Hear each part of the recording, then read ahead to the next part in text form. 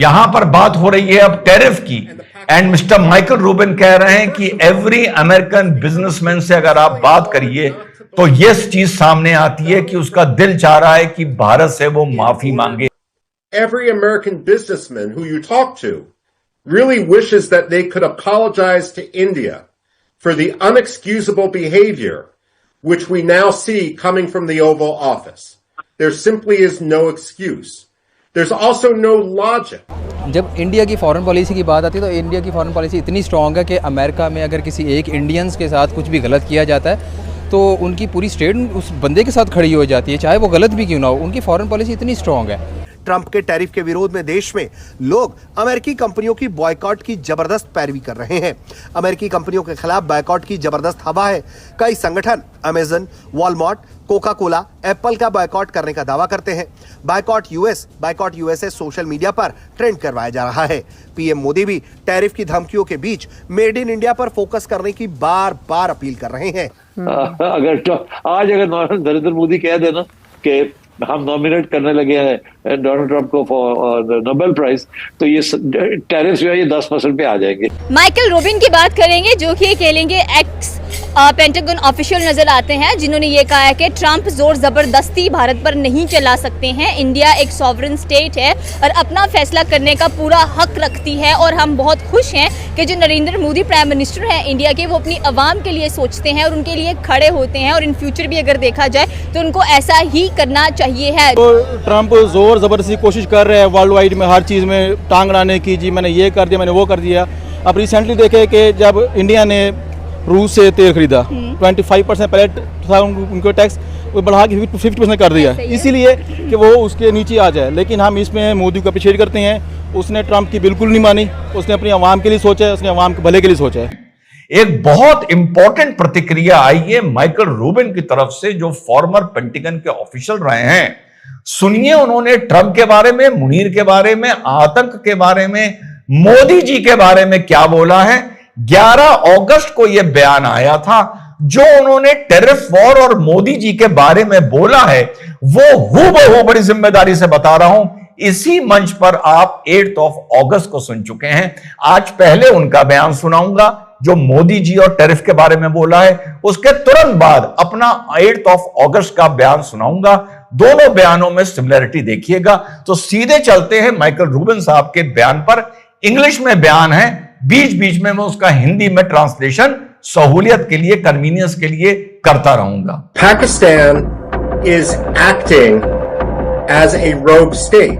Pakistan is acting as a rogue state. It is not acting as a rogue state. Pakistan है ही rogue state. Pakistan is basically, actually 1, 2, 3, let me start over. On American soil are completely unacceptable. जो मुनीर ने बकवास की है Pakistan America की धरती पर बैठकर, ये एब्सोल्युटली नागवार है, अनएक्सेप्टेबल है। माइकल रूबिन बोल रहे हैं कि पाकिस्तान की हरकतें लोगों के दिमाग में ये सवाल खड़ा कर रही हैं कि क्या पाकिस्तान इस लायक बचा है कि उसको स्टेट भी बोला जाए, या समय आ गया है पाकिस्तान की स्टेटहुड का, यानी देश होने को लेकर भी इस चीज को खत्म कर दें। अमेरिका में ट्रंप के खिलाफ ही लोग आवाज बुलंद करने लगे हैं।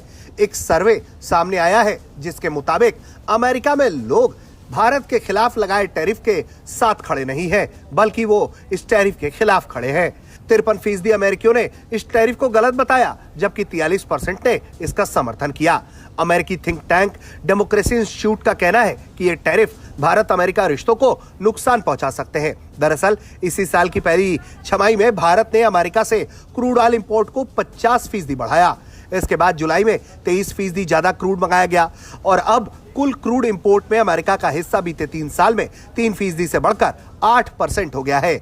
यानी कि भारत जहां एक तरफ अमेरिका के साथ अपने ट्रेड को ठीक कर रहा था, तो वहीं दूसरी तरफ ट्रंप ने भारत के खिलाफ इस तरह का कदम उठाकर अपने ही पांव पे कुल्हाड़ी मार दी। लेकिन फिर भी मोदी अपनी बात पे खड़ा हुआ है, तो ये उसके लिए बेस्ट पॉइंट है। एक बेस्ट बात होती है कि आपका जो प्राइम मिनिस्टर है उसको पता होता है कि मैंने क्या करना है, किस तरह चलना है। थोड़ी सी बात पाकिस्तान की करते हैं कि हम चाहते हैं कि हमारे प्राइम मिनिस्टर भी ऐसे ही हो, खड़े रहें साबित कदमे और खुद जाकर कह लेंगे हर मुल्क का दौरा करके आए, जैसे पीएम इंडिया करते हैं। करना चाहिए, लेकिन हमारी तरफ से आर्मी चीफ साहब जा रहे हैं, हर तरफ दौरा कर रहे हैं, तो अच्छी ये बात नहीं है। अच्छी बात है, लेकिन यहाँ पे जाना चाहिए हमारे पीएम को। ओके। एक नेशनल डे को हम चले पता कि हमारे पीएम साहब लीड कर रहे हैं इन चीज़ों को, तो थोड़ा सा कन्फ्यूज़न है, बल्कि बहुत ज़्यादा कन्फ्यूज़न है, हर बंदे को पता है क्या चल रहा है। तो बहरहाल फार्म 47 मैं कह सकता हूँ, फार्म 45 47 ये चीज़ ही हैं।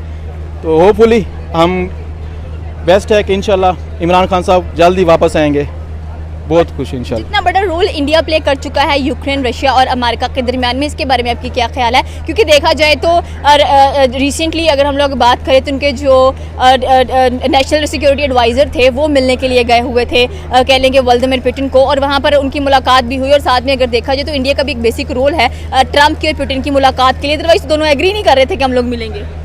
ज़ाहिर सी बात है, मैंने स्टार्टिंग में कह दिया था कि जब ट्रम्प अब खुद ख्वाहिश कर रहा है कि पुतिन से मुलाकात के लिए, सही है। इस हिसाब देखा जाए तो रशियन आगे है यूक्रेन से, यूक्रेन को अच्छी खासी मार पड़ रही है। यही काम ये करती है ये लोग, जब देखते हैं मार पड़ रही है फौरन टांग ला देंगे, हम सुलह करा देंगे, हम इस तरफ उस तरफ आ जाएंगे। तो यही चीज़ है अंग्रेज़ों की, इसको समझना पड़ेगा, हमें खुद को देखना पड़ेगा, अपनी मुआशरत देखनी पड़ेगी, अपने आप को देखना पड़ेगा। इसकी वजह से तो ट्रम्प को नोबेल प्राइज़ मिल रहा है। पता नहीं कौन देगा नोबेल प्राइज। कि कोई भी कारण और वजह नहीं है कि मुनीर की जो बकवास है, एक न्यूक्लियर रोग स्टेट के फील्ड मार्शल ने जो हमारी जमीन पर आके की है, उसको किसी भी सूरत पे बर्दाश्त किया जाए। इनका कहना है कि जब मुनीर ने ये बकवास की और वो वहां पर पब्लिक में आई, तो या तो मुनीर को 30 मिनट के अंदर प्लेन में बिठाकर क्यूबा या बहामास भेज देना चाहिए था, और वहां आकर उसको पाकिस्तानी रिसीव कर लेते या वापस पाकिस्तान ले जाते। तुरंत उसे अमेरिका से देश निकाला सुना देना चाहिए। क्या डील किस किस्म की हो सकती है? देखिए, मैंने कल भी कहा था कि पुतिन को 3 चीजें चाहिए। शॉर्ट टर्म की नहीं चाहिए, उसको लॉन्ग टर्म चाहिए। ट्रम्प को शॉर्ट टर्म चाहिए। तो अब कैसे दोनों मिलेंगे? लॉन्ग टर्म में क्या चाहिए उसको चाहिए इमीडिएट, ये जो 4 इलाके हैं इसको, ये रशिया का हिस्सा बन जाए, यूक्रेन को तोड़ दे जी। यूक्रेन नहीं, दूसरा ये कि आगे से कभी भी यूक्रेन नेटो का हिस्सा नहीं बन सकता होगा। और तीसरी ये है कि अगर रहता भी है तो अपने हथियार वगैरह नहीं होंगे इनके पास, डिसआर्म होगा, तो एक किस्म का बफर स्टेट बन जाएगा। यही तो एक प्राइम मिनिस्टर को करना चाहिए कि आप अपने भले के लिए सोचो, अपने नहीं बल्कि अपनी आवाम के भले के लिए सोचो। और आज इसी वजह से कह लें कि इंडिया बहुत जल्द इसी बड़ी इकोनॉमी बनने जा रहा है। बिल्कुल, इसमें नो डाउट इंडिया हमसे, बल्कि इंडिया एशिया में बहुत ज़बरदस्त अच्छे जा रहा है, उसकी इकोनॉमी देख लें। और यही सीन था जब पीएम इमरान खान साहब ने भी यही स्टेप लिया था लास्ट टाइम जब वो रशिया गए थे, तो उसी को लेके हमारी एस्टेब्लिशमेंट के दरमियान जो गैप आया है, जिसको लेके अभी तक भी बहुत बड़ा गैप है। तो हम भी रिक्वेस्ट करते हैं कि प्लीज़ इसको भी देखें। हमारी अवाम है यहाँ पे बहुत ज़्यादा महंगाई बढ़ती जा रही है, इसलिए कि हम अपनी चीज़ों को कंट्रोल नहीं कर पा रहे। डॉलर बढ़ता जा रहा है, पाउंड को देख ले। इस हालात में आप कैसे कह सकते हैं कि एक आम बंदा एक ईजिली लाइफ गुजार सकता है?